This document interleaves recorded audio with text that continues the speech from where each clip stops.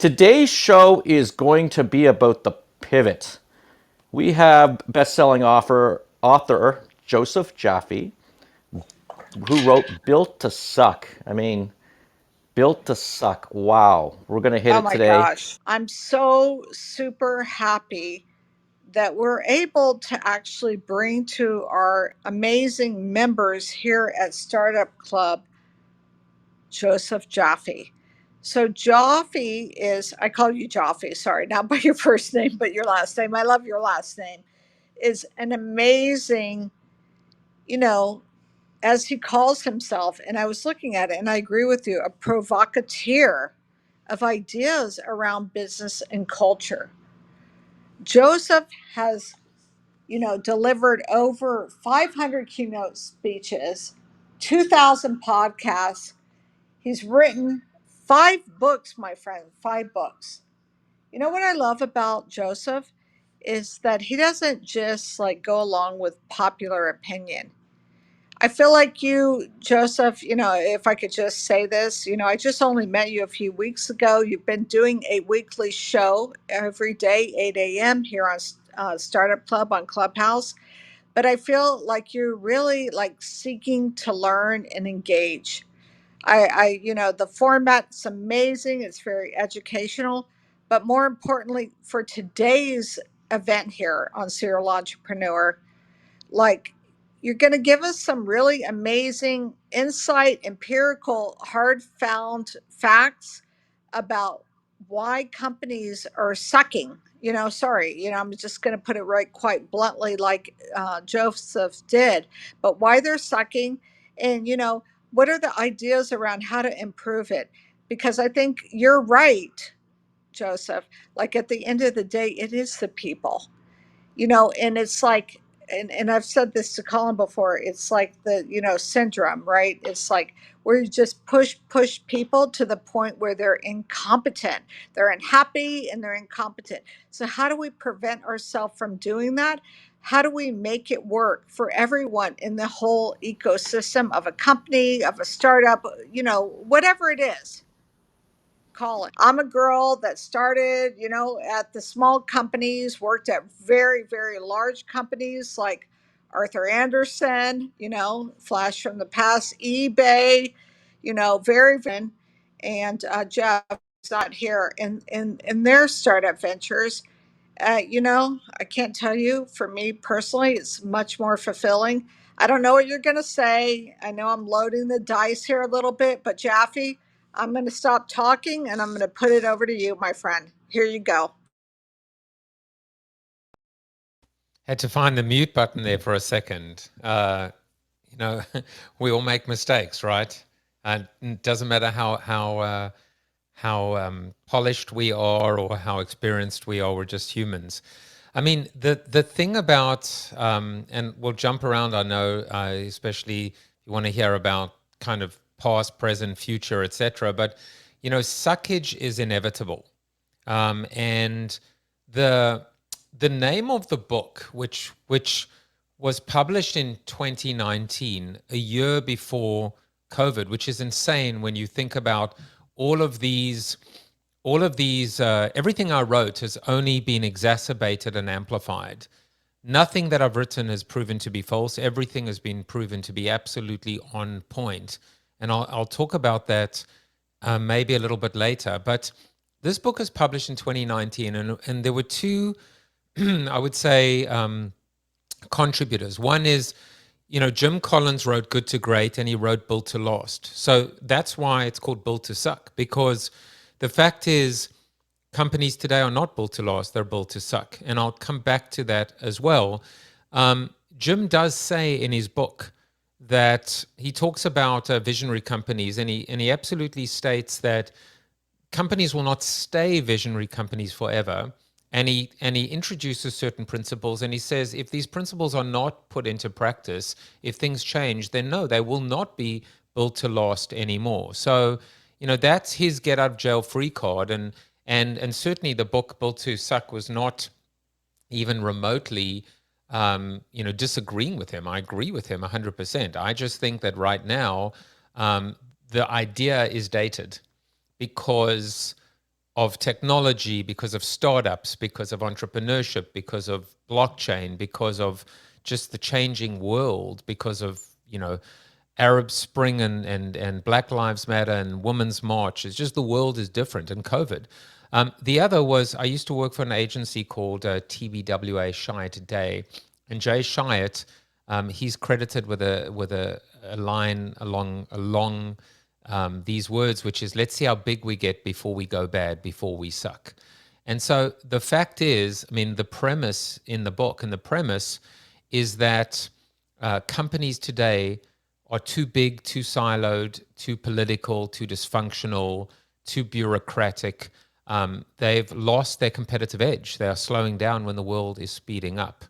And and the third actually piece of inspiration behind the book. So you've got Jim Collins, you've got Jay Shite. I was actually in my daughter's high school classroom. She's just graduated from college, so about 6 years ago, and I saw this. It's in the book, the image. I saw this beautiful chart in her history class. It was like a parent teacher evening, and it showed 5,000 years of history of civilization, all color coded by geography, by continent. And I saw the Romans and the Ming Dynasty and the Ottomans and the Egyptians and the Greeks and the Persians and the Byzantines and then even closer to home, USSR, EU, Nazi Germany, and then at the bottom, this tiny little purple patch called USA, or as Borat would call it, US and A. And what I noticed is that every single dynasty or civilization, and let's just say up until, let's say 50 years ago, 100 years ago, every single one of them is gone. So if it's true, and it is, that every single dynasty, civilization, empire has tried to conquer the world, live forever, cheat the sands of time, and every one of them has failed, then how arrogant are we, and how full of hubris are we to believe that the corporate empire, so I'm calling the entire corporate world that we live in today, or that we operate in, or that we work in, or that we service, which is really, call it 100 years young or 150 years young, how arrogant and foolish are we, delusional in fact, to believe that we too, in this existing form, will cheat the sands of time. And so that's the emphasis. I mean, the one thing I say in the book is the key to success is to suck less, but that's just the Band-Aid solution. At the end of the day, if you believe that suckage is inevitable, so if you are a startup founder, if you are at the beginning of your journey, if you're going through that hockey stick growth curve, you should be paranoid as hell. You should be petrified of that inevitable suckage. And of course, if you can anticipate the suckage, and if you have tools, and if you have the means and early warning signs, well, guess what? You can probably do something about it. I'll say one more thing, which is, I'm going to read to you just the first 4 lines of the book, and not even the book, of the inside flap. In late 2018, Amazon founder Jeff Bezos addressed his entire staff in an all-hands meeting. Amazon will fail and go bankrupt one day, he said. Your job is to delay this for as long as possible. Now, if Jeff Bezos can say that about Amazon, every single company in this entire world and every country in this entire world is absolutely on the table, on the chopping block.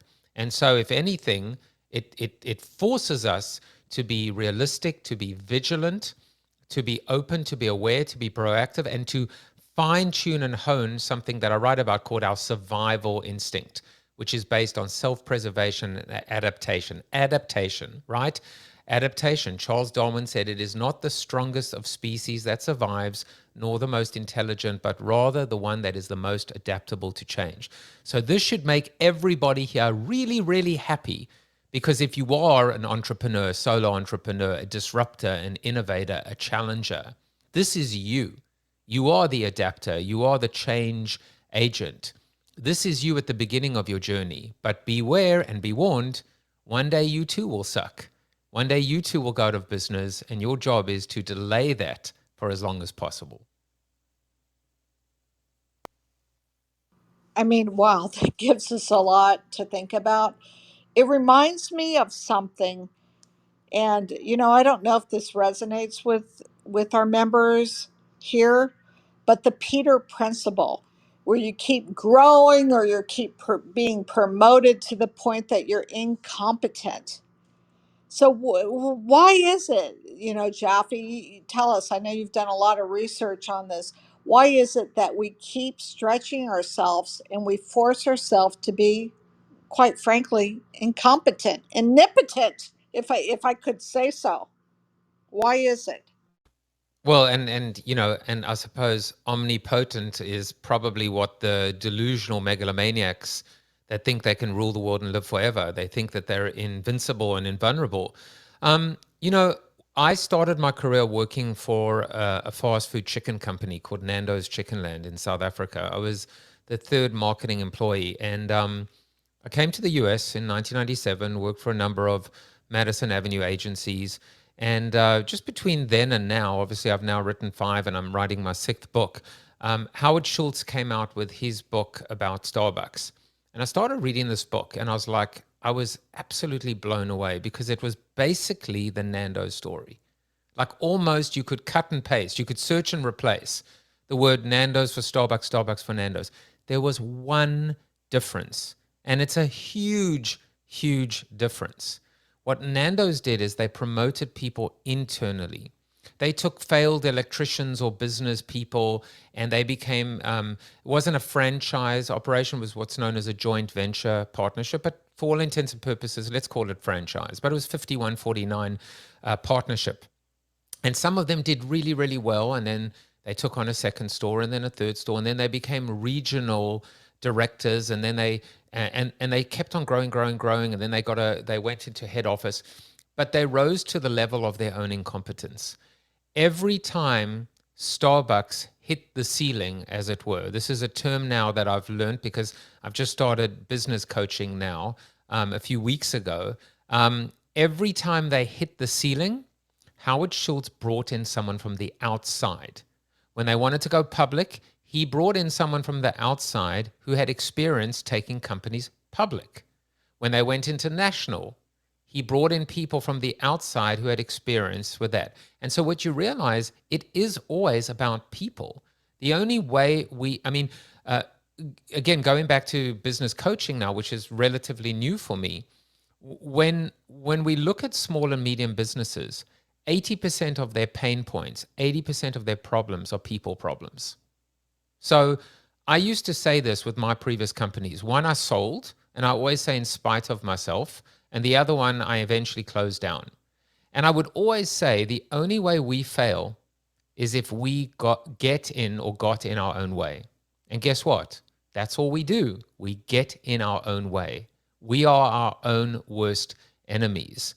And so that incompetence, it's not meant to be like pejorative. It's not meant to it's not an insult, but there are, if we have the self-awareness at least to recognize when we're in over our heads. I got into a lot of trouble recently. I've become less provocative and more of a provocateur. And I referred to, it was in one of our collective cafe sessions in the morning. And I referred to all the digital ninjas that became social avengers, that became, I guess, Web3 gurus, and now are AI mavens. I refer to them as cockroaches. And I I know it's probably very hard to take this the right way, but it was endearing. I meant it endearingly because I suppose a little bit of cockroach in me too, because cockroaches somehow find a way to survive. They find a way to, according to I've never been around a nuclear event, but apparently the cockroaches will survive the nuclear event. And so, they moved from pillar to post, pillar to post, pillar to post. But the reality is, including but not limited to business coaching, there are a lot of people out there saying they're experts, but they're not really experts. And that's in listen, I've been on Clubhouse for 2+ years, maybe longer. So I'm aware of all of the people that love talking. But ultimately, in a company, the most powerful thing we can do, the 2 most powerful words in the English language are thank you. In my household, it's I'm sorry. right? The three most powerful words are, I don't know. When last did anyone say, I don't know? That's a really good question. I don't actually think I know. I pride myself on my show now. I've had 500 people on my show. I've had Tom Peters and Dan Pink and Seth Godin and Carol Baskin and Robin DeAngelo. I've had Patrick Fabian, who was Howard Hamlin on Better Call Saul. And I love saying I don't know. I love saying I don't know what that means. You just used a word. I don't know what that means. If anything, when you say I don't know to someone, it's endearing because you're actually showing a little bit of vulnerability and fragility. And that little bit of, even we're so afraid of showing our weakness, but it's actually strength to demonstrate that bit of humility. So, long-winded way of going back to your point, but ultimately what we're dealing with here are a lot of people who are afraid to say, I don't know. And so what they do is they create bravado. I mean, we live in a world now of masks, of PFPs, of filters, and it's just making us all dumber collectively, to be honest. I know it's kind of crazy, right? That I'm just going to say generically, and maybe it's me. I don't want to impose this on other people. That people are afraid to be vulnerable, right, Jaffe? But there's a lot of power, and just this is like this. We could go on for hours about this, just being vulnerable, because in that vulnerability moment where you're just very honest with each other as coworkers. And my mind is flooded right now because we're working with one company where the executives are afraid to say that. You know what's happening? It's like they have blinders on. Okay, entrepreneurs, it's when you are afraid to ask for help or be vulnerable. You know what? You literally have put blinders and handcuffs and foot cuffs and whatever on yourself, because how can you like really tap into knowledge, really tap into the knowledge of people that really want to help you?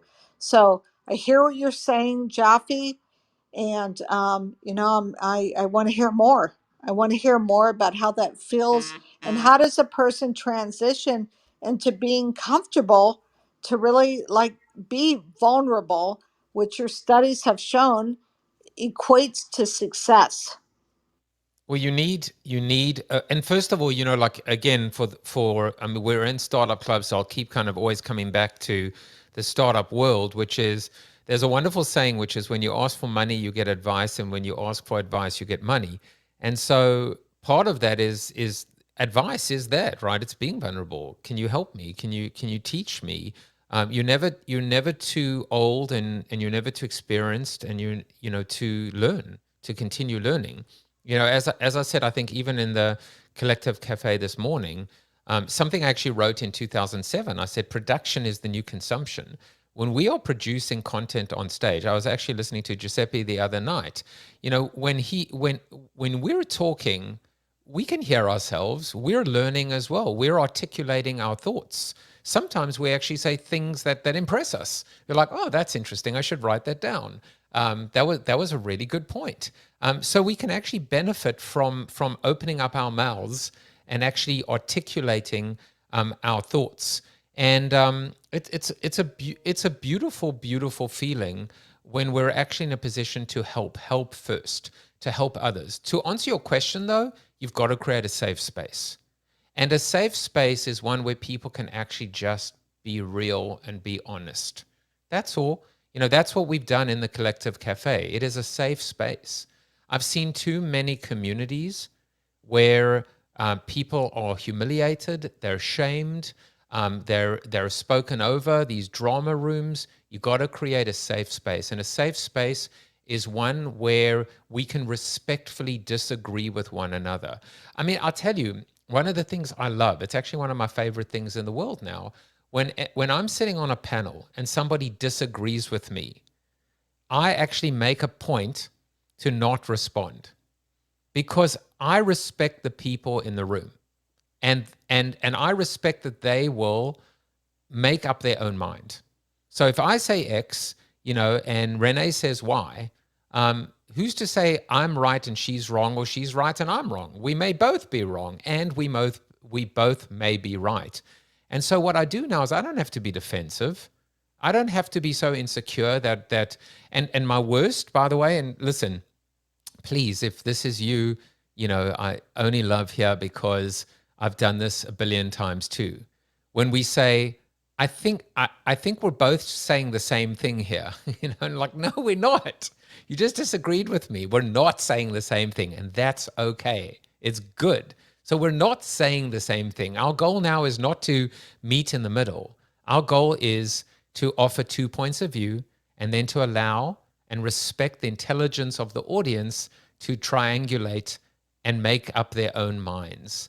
And so that's part of the answer. And you've got to create a safe space. And part of that is just finding your authentic voice.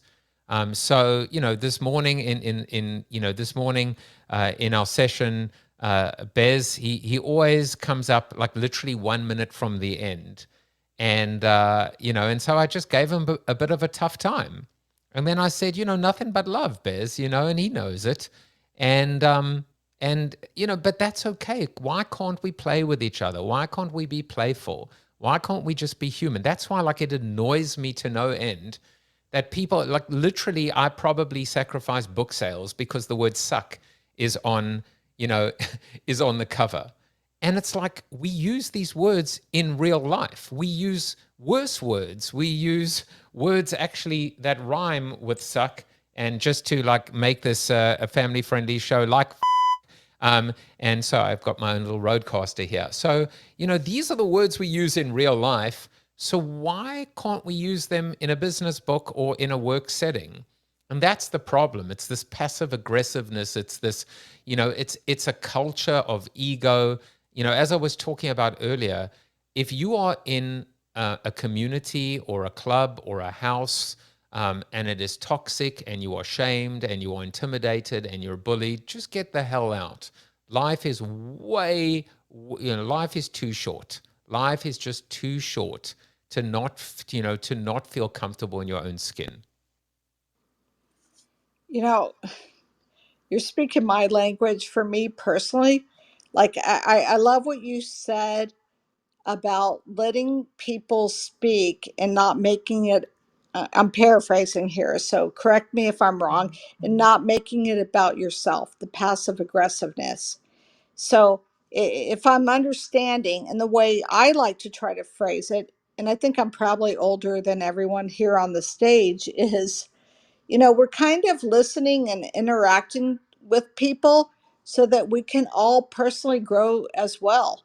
Like, there is a self motivation, and I'm just dare me to say, like, I think that's okay, because we're all trying to just improve by ourselves. We're not looking to defend or fight, because when we try to do that, our companies, as you say, Jaffe, suck, and no one wants to be around us and no one wants to work with us. We're trying to just like do what we can to all like move forward, because let's be honest, we all want to make more money. Of course we do. We all want to like provide a better environment for our family. Of course we do. Am I like imposing on what you're saying? Is that what you're saying? Like, just like hit us directly. No, I mean it's all absolutely on point. We all, but that's also, I mean, I was once told, which is, don't be afraid to to indicate like what your motives are. Like, if the goal is to make money, then say my goal is to make money. If your goal is to sell the company, say I want to sell the company. Just be honest. I mean, we can generally, the whole world, if you think about it on so many different levels, right? If you're a professional, I had a professional poker player on the show this week, and I asked him, I said, how do you read the room when the room isn't real? Meaning, like, now in this world of Zoom, and he was an online poker player, body language, non-verbal cues. So again, there are so many masks that we put on, and it's just much better to create an environment that's a lot more just open and honest and transparent. And included in that is just the ability to mess up. So Shira Lazar, one of our Alpha Talk speakers in Alpha Collective, so she's just created a collection with Deepak Chopra called and it's not FOMO, fear of missing out. It's JOMO, the joy of missing out. But I actually created a while back JOMU, JOMU, which is the joy of messing up. I mean, it's like we're human beings. We mess up. We're flawed. We're just not perfect. In fact, we're perfectly imperfect. And so again, it's this idea of giving ourselves grace and forgiving ourselves. Look, I am, like if people are listening to me, they might say, maybe they're like, it could be anyone on the continuum of this guy is an angel or he's a self-righteous, son of a. So I'm enjoying that today. Like you could love me or hate me in the end, but I'll tell you, I'm so flawed and I'm learning and trying to grow all the time. And just as I said, life is short. I decided last year to write a book, my 6th book, and it's called Forever Changed: How a Global Pandemic Changed My Direction, My Purpose, and My Life. And I decided I would write the book in 3 weeks and publish it in 6 weeks. And I wrote it in 2 weeks and 6 days, and it's still not published. I just hit the wall. I wrote the whole book, and I just couldn't move forward. And I wanted to, my mom had been battling cancer for, I guess at the time, 6.5 years. And I wanted to read it to her because she was such a intricate or integral part of my life. And she passed away in January. And I realize now that that's why the book wasn't written, because the story wasn't finished. I now needed to go even lower, and I needed to, experience even more pain in addition to COVID, in addition to open heart surgery in 2021. I've had a whale of a time, but I needed. I wasn't finished yet, and the reality is we never will be finished. I started teaching at NYU during COVID, and what I learned when I was doing a little bit of what's called a bridge program is that the best teachers are students and the best students are teachers. So I guess if we're always open to learning and growing, that's why, like Michelle, you say I might be older than you. I have a baby face, but I'm telling you I'm older. But I'll tell you something. Like I am really, really focused on diversity, equity, inclusion, and access. I'm very, very perturbed by the Supreme Court's rulings over the last few days. I just believe in fairness and justice and just giving people a fair shake and a fair chance. I don't believe that I should always stand up on stage, for example, and say, hey, I'm pale, male, and stale. I am who I am. I know who I am. I know who I'm not. But I know that I can do more, to actually move the world just a little bit more forward. That's why with Alpha Collective, we have 52 keynotes in 52 weeks, 26 male, 26 female. Like it takes effort to actually say, and it shouldn't have to, but it does, to be able to say, you know what, screw that, 50% female or those who identify as such and 50% male. It's a start. It's a small step in the right direction to be able to create more voices and create more diversity and create more perspectives. I actually think that Web3 is the ultimate leveling of the playing fields from a diversity standpoint, from a shared ownership standpoint. For those of you that know what an ESOP is, an employee share-owned program, I think we need CSOPs now, which is customer share-owned programs or community share-owned programs. I believe in community capitalism.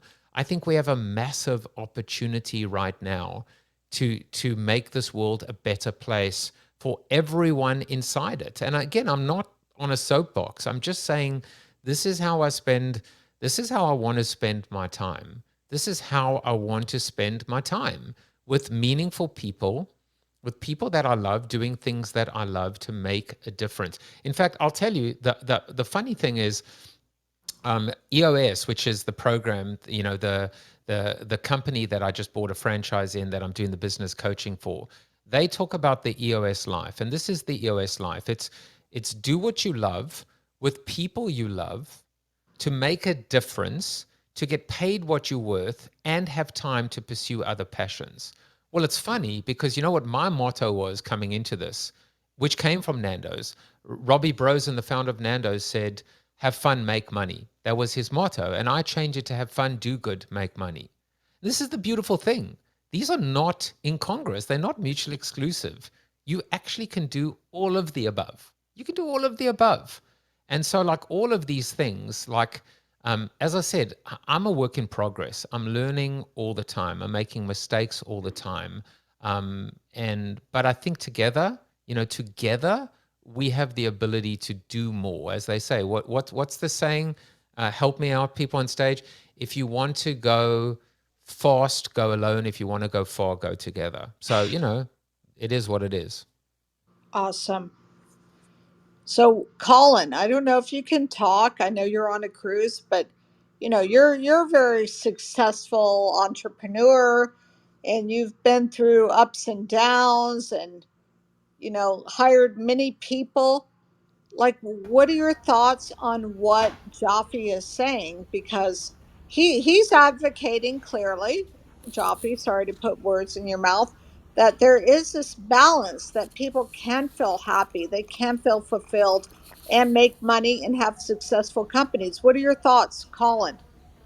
Wow. I mean, listening to the last 30 minutes of Jaffe, it makes me think about my book and the book that we wrote. It took us 10 years. Sorry, Jeff, I know you did 2.5 weeks, but it took us 10 years, and you could almost replace the author, Colin C. Campbell, with Joseph Jaffe. It's hilarious. Like the topics you talked about. Now, we've hit upon 12 topics here. And normally we don't do this in show because we're going a little bit of a scatter. We're going like, and Giuseppe and Renee, be patient with us. We're going to get to you in a minute here, but we're sort of going all over the map. And it's interesting that you brought up so many topics. So for me to comment on just one or two would be very hard right now. But I will tell you this: the entrepreneur is the number one enemy. They themselves are, and if they learn to check their ego at the door, and they learn how to create value that includes everyone and embraces diversity and inclusion, then you can have a much more successful startup. And I'm trying to encapsulate a few of your concepts. And again, I know I'm in the North Atlantic right now on a ship, and we're using Elon Musk's satellite. And I know the internet may be in and out a little bit. I'm going to continue to listen in. This is an experiment for me. I've never done this from a ship before, so it's very, very interesting. And hopefully the sound came through okay. You sound great, and you should actually just get off this room and just go and enjoy yourself. There'll be a Oh no, I'm replay, so enjoying it. I'm enjoying it. Don't get me wrong. I'm taking I'm a gonna break. kick I'm I'm taking gonna a kick break you from my out. family. No, okay. There's a Okay, all different right. show No, called no. the Complete Entrepreneur, and the Complete Entrepreneur. We talk about that. And you literally yesterday, I opened the room and said, "Okay, I'm with my family. I'm leaving in 5 minutes." But this is okay. They're at a show right now, watching a juggler. And to be quite frank, this is a little bit of a break for me. All Thank right. you. Well, then that's good. As long as this is therapeutic. I was thinking as you were talking, like I really just have two goals. Like my one goal is I want to just stop chasing opportunity. I want opportunity to come to me. I want to get to a point where I don't have to feel that anxiety. I think we all do, of worrying about the next deal, or the next client, or the next member of Alpha Collective. I want to get in a point where I've worked so hard and I've put in my time. When now it's all the opportunity. Now it's about getting discerning and choosing what you do and what you don't. To me, that is like utopia.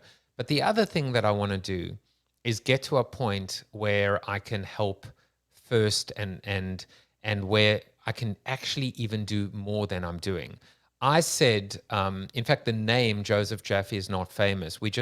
I just had Bruce Turkel on. We're doing at the moment 13 free Alpha Talks that are part of a series leading up to the official launch of Alpha Collective. And Bruce, my show is called Corona TV.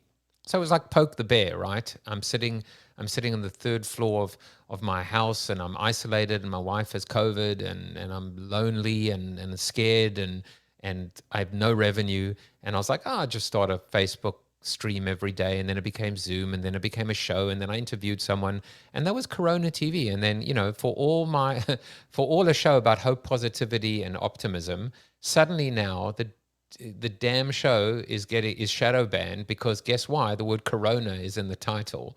And so Bruce, one day, we're talking on the phone. He's become a friend, and he says to me, Bruce Tickell, and he says to me, you got to change the name of your show, right? And I said, no, why do I? It's Corona, it's TV, it's the bear, it's the beer, whatever. And he's like, look, dude, he says, it's like naming your show 9/11 TV. And as he said that, I was like, ugh, I realized he was right. So we went through a whole exercise to decide what the name was. And he said, well, tell me more. What makes your show different? And I said, look, let me put it this way. It's not about me. It's about my guest. And in fact, if I'm ever lucky enough, privileged enough to have an agent or a manager, if I'm my dream amongst everything is for this show to be on a CNBC or a Cheddar or something like that. That's the dream. I want to be able to reach more people because the show can help so many people. I said, but if I ever get a manager or an agent, I'm going to say to them, anybody who wants me to be on their show, their podcast, anyone, if I find out that you've said no to them, I will fire you on the spot. I don't care if they have 0 viewers or audience. I will do their show. And he said, I got it. He said, the name of your show is Joseph Jaffe is Not Famous. Why? Because my next guest is. So I want to get to that position. I'll tell you that throughout this period, I went into this COVID period and I said, if I could wish for one thing, is that we wouldn't, that's part of the impetus as to why I've written this book. We wouldn't miss this opportunity to change ourselves forever. We wouldn't go back to our bad old ways, road rage, and these days fighting on planes and opening up doors on planes. We wouldn't actually return to our bad habits, all these scammers out there and, trying to get people to sign up for their courses. And we just wouldn't go back to our bad old ways. And unfortunately, it's kind of happened again. And we've seen people have revealed their true selves. People that now won't answer your calls. There's you know what? But we just don't.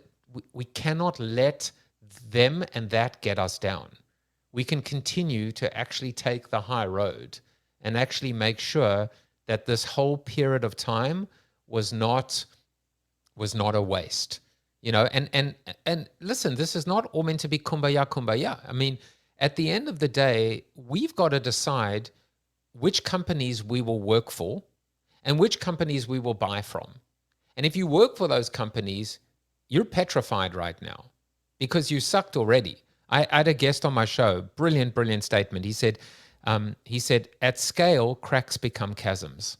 That's what happened with COVID, right? It just accelerated the demise of many companies. The cracks became chasms. When you grow, the cracks become chasms. If you don't have your ship in order, if you don't have everything in order, if you have a culture that's not strong, if you don't have core values that your employees understand and live by genuinely every day, at scale, cracks become chasms. And so what's really happened now is a lot of those cracks continue to show and reveal themselves. And you know what? I wouldn't want to be a large company right now. How on earth are you going to attract and retain the best and the brightest? How on earth are you actually going to have younger, more empowered, intelligent, involved, activist consumers want to buy from you when, you're only the only God that you serve is the God of Wall Street? So like I just want to be clear about something, and then I'll kind of shut up here, which is community capitalism is the evolution of capitalism. It's not the replacement. It's not the dilution. It's not socialism. It's pure, gorgeous capitalism, but just spread between a few more people, maybe a lot more people.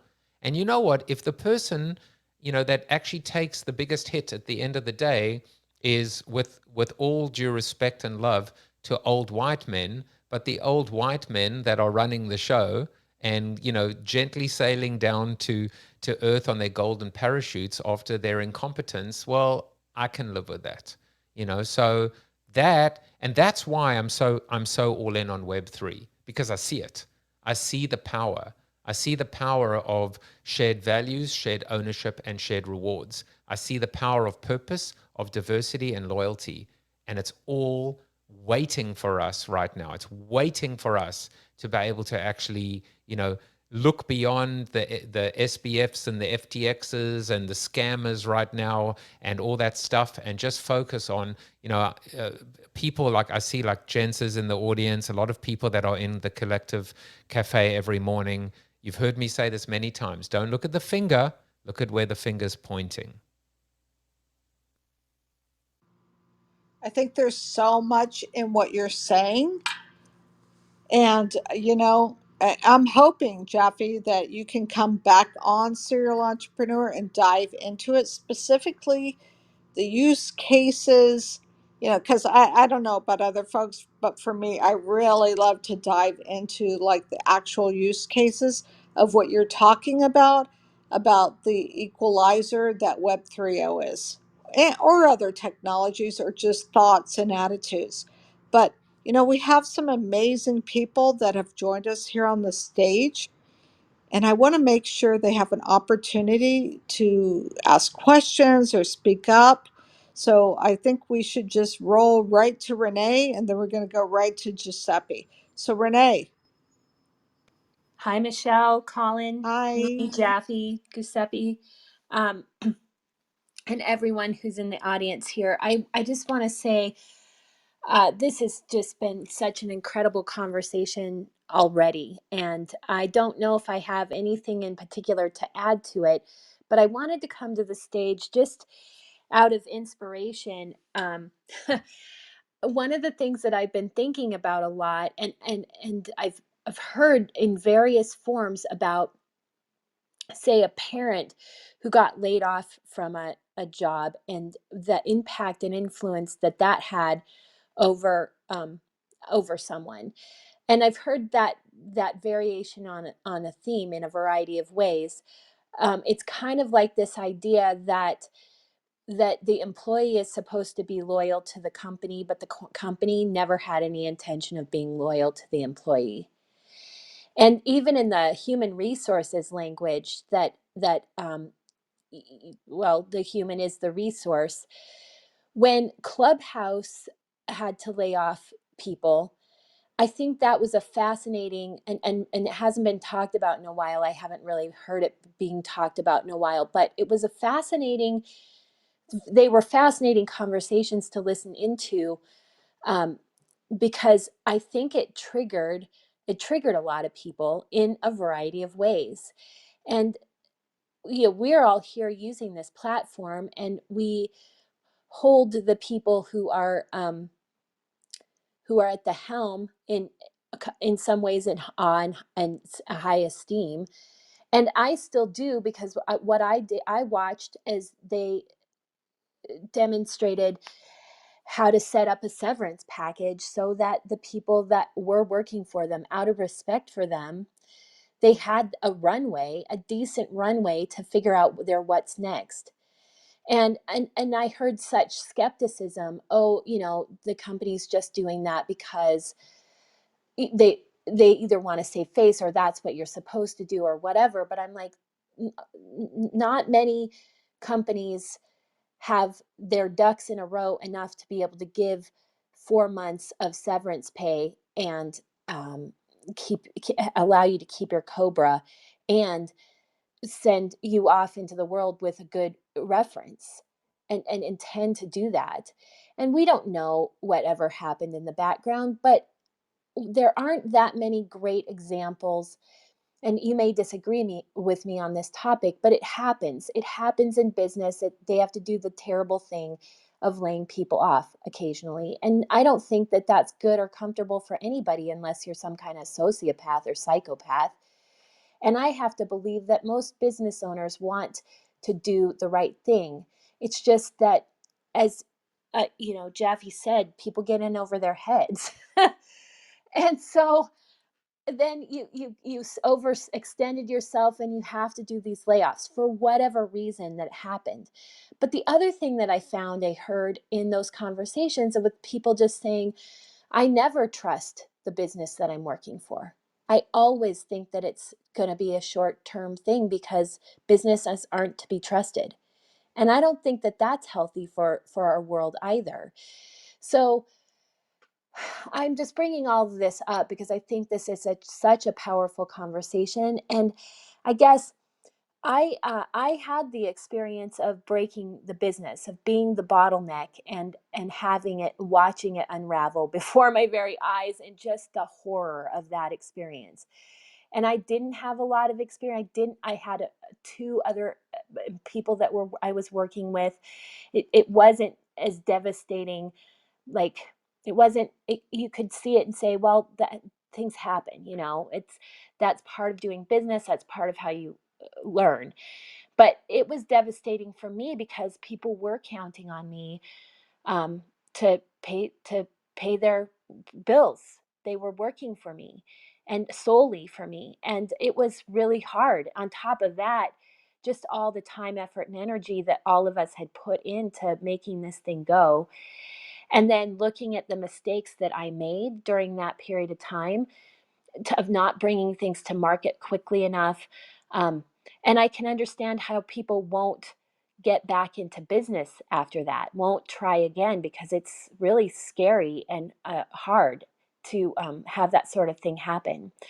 So where I stand right now is just at the beginning again, and now with a better idea, a more well-conceived idea, but with that kind of world wariness within me as well. And I am just curious about what people recommend as far as, best practices in starting up. I know one mistake that I made is I just didn't have enough money in the coffers to see us through that period of time when it wasn't quite working and we just needed more time. So to build that up, that's one thing that I'm focused on right now. And the other is to do it as Clubhouse did, to do it scared. Now, they had more experience in their background of different kinds of startups, but they pulled the trigger on it at a period of time when I don't think they were quite ready. And then they've been chasing the ball ever since. And it's a beautiful thing to watch and to be a part of and to be inspired by. And Jaffe, I just want to say this to you. I took a bunch of notes in what you were saying. And I really appreciate the piece about the 2 words and the 3 words, that I'm sorry, thank you, and I don't know. That's huge. And I think that when people, you're exactly right. Lots and lots of people are pretending to be experts where they're not. And they're not necessarily willing to say, I don't know. They'll just go on and give whatever advice pops into their head without actually knowing through experience or experience, um, and seeing it work or seeing it not work, because we get as much knowledge out of things not working as working. So beyond those notes, I have a bunch more, and I just really appreciate that I haven't been in this room for a while. I feel utterly inspired. I really, really needed this right now. And if anyone wants to just chime in with like a piece of this business advice for that startup, um, I think that would just be really helpful. So with that, I yield the mic. Thank you. Ooh, there's so much to, and thank you for your kind words. First thing I'll say is I'm not used to even being a speaker anymore. I've changed like my whole position, and I've become an active listener, which took a while. And one of the things I do with my show now is I have no notes. So I literally have a blank piece of paper. All I do is I ask my guests, what are 1 to 3 things you want to promote, 1 to 3 fun facts about you, and 1 to 3 things you want to talk about, and that's it. And because you never know where the conversation's going to go. I'm going to tell you a few things. One is in Built to Suck, I actually I say ban the employee. Like, and what I mean by that is the word. Like, how on earth are we referring to our talent as employees? And we've seen a beautiful, like Disney, and I'll come back to Disney, but Disney, of course, refers to their customers as guests and their employees, in air quotes, as cast members. That's one of the things from a cultural standpoint is actually being able to brand our talent, and which I think is an amazing thing.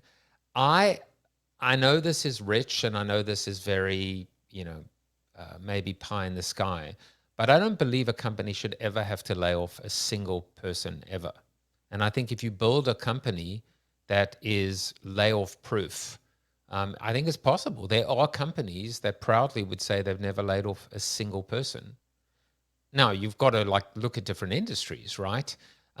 When you take the VC money, guess what you're going to do? You're going to hire a bunch of people, and when things go south, you're going to fire a bunch of people. So maybe we need to stop taking money from VCs or figure out a different way to negotiate with them. That's one way. The other, I mean, the agency world, I come from the agency world. You win a big account, you win Walmart, you hire a bunch of people, you lose Walmart, you fire a bunch of people. The third thing I would say to you is actually Facebook did Facebook as well did a kind of you got, I hate giving Zuckerberg credit, but this time I will. The benefits, the mental health counseling, the career counseling, Cobra, I mean, it was actually the softest of soft landings in the world. So you can do the right thing. What I wouldn't do is there've been all these examples of firing people via Zoom. I mean, come on, it's I mean, just people, just when you think the bar can't go any lower, people go even lower. So the bar can always go lower. But seriously, I mean, even conceptually, we should never have to lay off a single person ever. And if we think about how we structure, I'll just say one point and then just see if anyone else wants to chime in.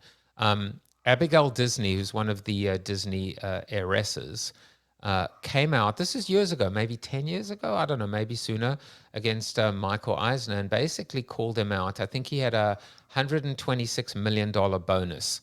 And she calculated that if every single person that worked for Disney were to get a 15%, and I think she was referring to the parks, but if everyone who worked for Disney was to get a 15% pay increase, he could personally fund that from his bonus, and still have $26 million left over.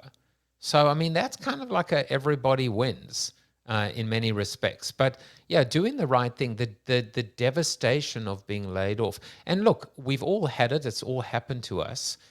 It's an awful, awful thing. And it has unbelievable repercussions. So can we not figure out a better way to structure employment agreements and contracts?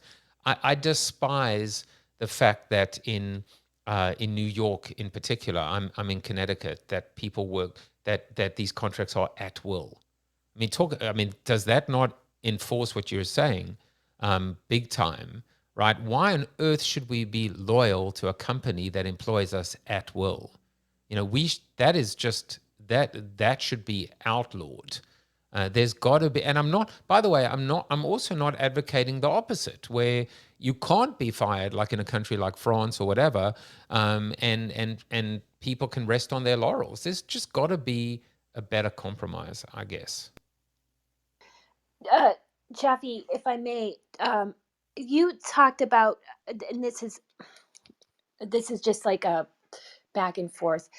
You talked about an employee ESOP, and is that right? Do I have that Yes, term right? employee share owned programs. So essentially, the And then employees own the company. there was the customer The shared CSOP, which is made up. That's my That is my an original thought, right? Which, but I hope it actually. I think we can actually. I think we can absolutely bring that to life. Yeah, I'm so curious. I just want to say this out loud. I am completely inspired by that. One of the things that occurred to me is during the onboarding process, I think a lot of times people don't actually understand what the nature of business is. Um, in the particular the business that you're working for, you just come in to do a job and you're expected to do that job and do that job well. It's completely understandable. And I wonder what would happen, because a lot of people entering the job market straight out of college don't have a clue how business works. I didn't. I barely do, to be honest with you. I have a huge learning curve and I'm excited about it. The thing about it is, my time on Clubhouse and in rooms like these is that I'm always learning from people who who often are really excited about the potential of business. You used a term about capitalism. I got excited about that. I think I have not been a capitalist, uh, like in my thought thinking, my whole entire life. And all of a sudden, I'm like, I think capitalism is the answer. I think that it done right. When the person who owns the business sees their employees, their talent. I love that change in language. I'm going to just start using it. Sees their talent as um, part of the team, and that team is working for themselves and for each other and for like the vision of the business. So if you can sell your talent on the vision of the business, they are your best advocates potentially. And that concept just excites me so much. And it sure is the opposite of everybody is expendable. Because well, and if I may just have just a moment more, there there were these two stories. I got inspired by the idea of capitalism a long time ago.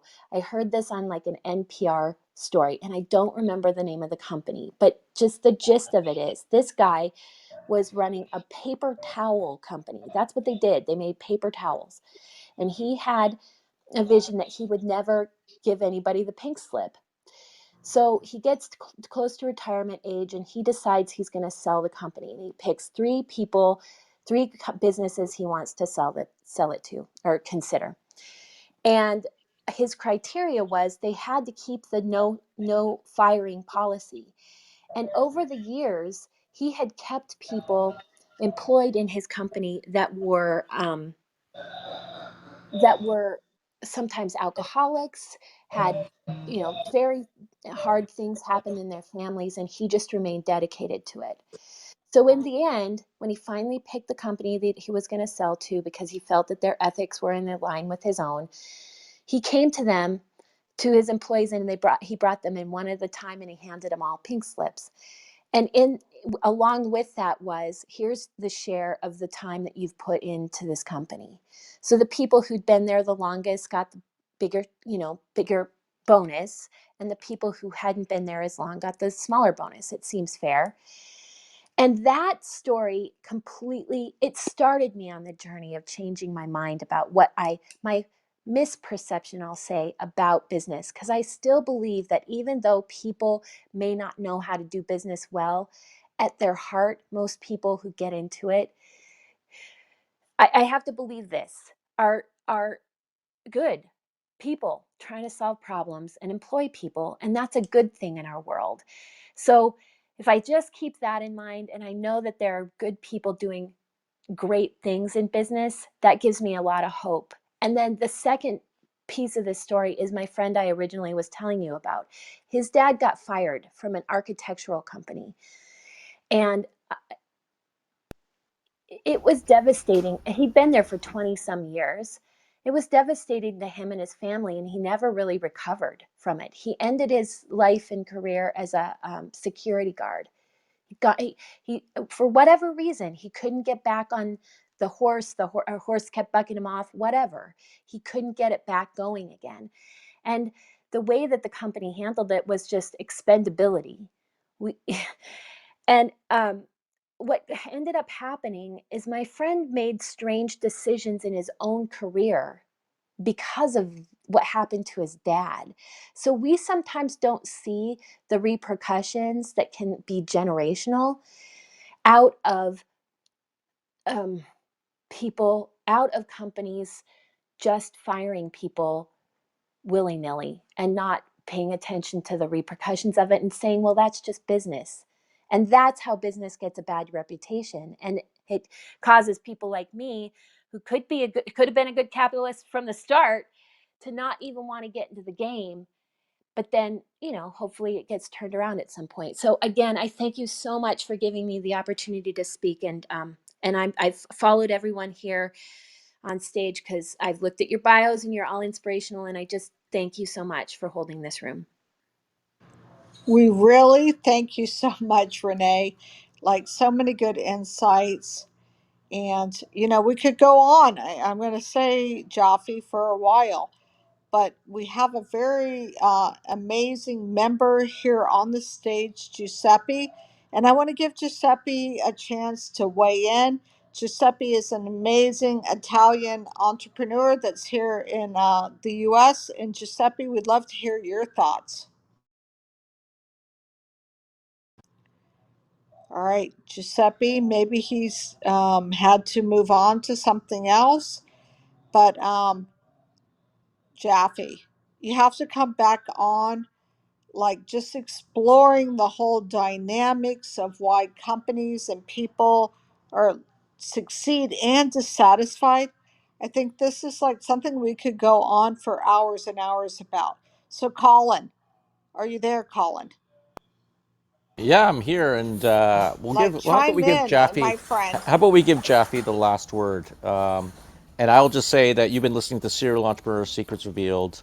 You've been listening to Michelle Van Tilburg, Mimi Ostrander, who's the blog writer, and myself, Colin C. Campbell.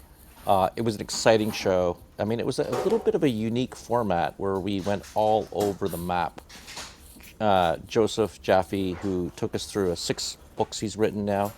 He's took us through a number of different issues and topics and politics and everything.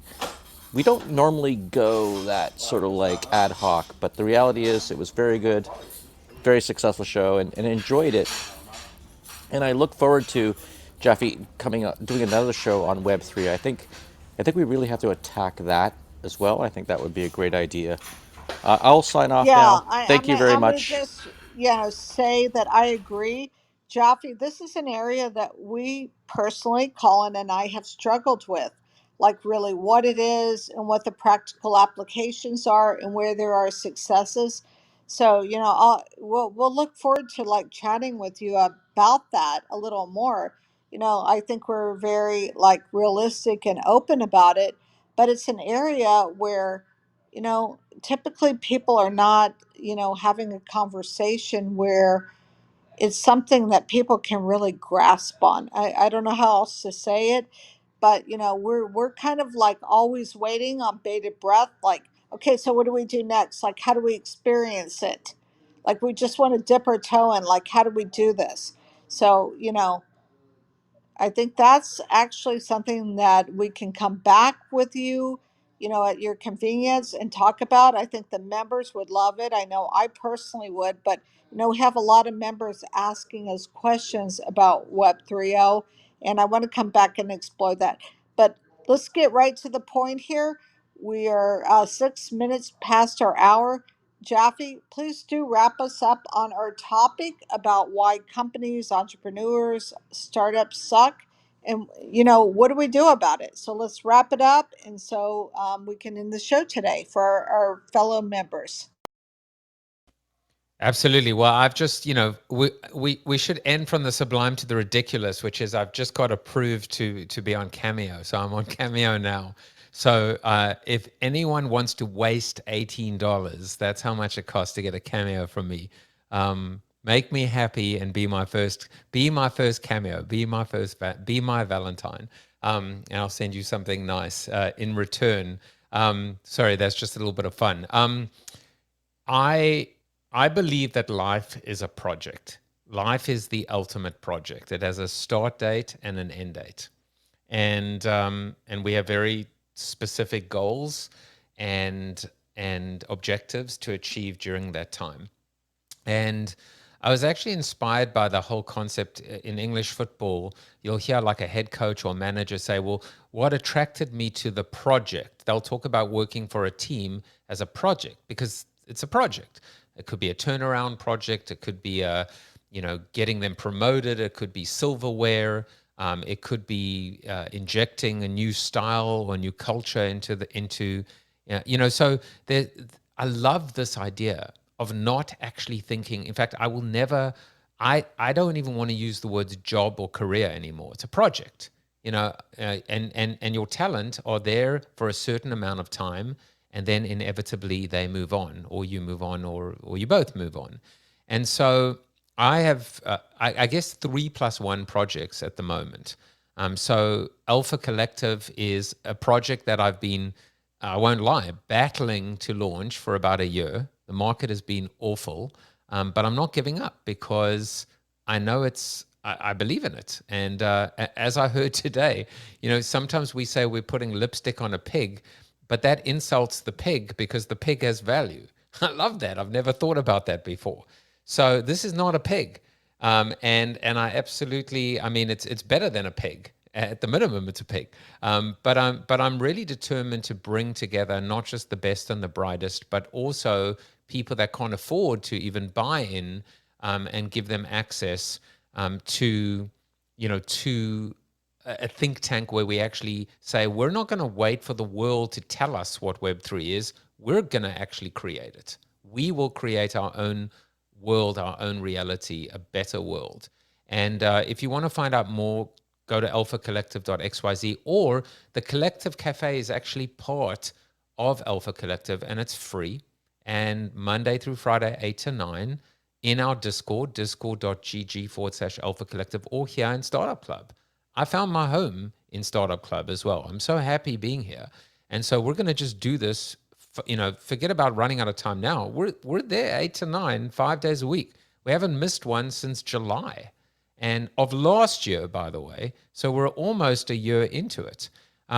So that's kind of project one, which is Alpha Collective. Project two for me is Joseph Jaffe is Not Famous. I will literally, until the day I drop dead, I will not give up on my dream of if you ever want to endear yourself to me, introduce me to someone at CNBC or Axios or Apple or this. I believe more than anything in the world that the world needs a business talk show, the Daily Show for business. And whether I'm the host or not, maybe there's someone better than me, but until someone better comes along, I think I can be that person.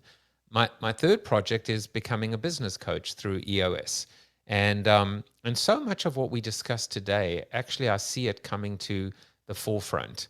People, vision, data, issues, process, traction, just this idea of actually being able to say, we can never build a company to last because that ship has sailed. But we don't want to build a company that is built to suck. We want to build a company where we can maximize the opportunity that we have, however short or long it lasts. And if we go into it with the humility of Jeff Bezos, I don't even know if he is a humble, but it's a pretty humble position to say one day we're going to go out of business. I love that. And then those are my three projects, and the plus one is Forever Changed. Here's what's so interesting about this book. It will be, and listen, again, if somebody beats me to it, God bless him, but I'm on record talking about it a year ago, and let the worst thing in the world be the fact that this comes to fruition before I do it. I don't need the credit. But I will tell you, this will be the first book in the world where readers will have royalties. So that was something that I created a year ago. And so talk about the CSOP. Renee, that's the CSOP, right? The customers, the readers, the 1,000 true fans will actually share in the royalties with me. And if it works, and I hope it will, this could become a new model for a clubhouse room, for an artist, for a band, for a sculptor, for a painter, for an author, where we actually share in the spoils. It doesn't have to be 50-50 at all. But the fact that we actually are sharing, it's such a no-brainer to think about it. Of course, every author in the world should be able to share in the royalties with their readers. And so that's what I'm working on coming to fruition. So I'm definitely not short of ideas. I'm probably short of the ability to execute those ideas. But, that's just kind of what I'm working on right now. The best thing that if you want to continue the conversation, just come and hang out with us Monday through Friday, 8 to 9. We manifest on Mondays, Thought Leadership Tuesdays, Wellness Wednesdays, live book reads on Thursdays, and Fridays, No Agenda, where it's like open mic, AMA, office hours. Michelle was in yesterday, and we started reading this amazing book called I Dare You. So I dare you to join us next Thursday. And that's it from me. I appreciate the opportunity to be with you today. And I appreciate Startup Club for giving me this opportunity because it means a lot to me.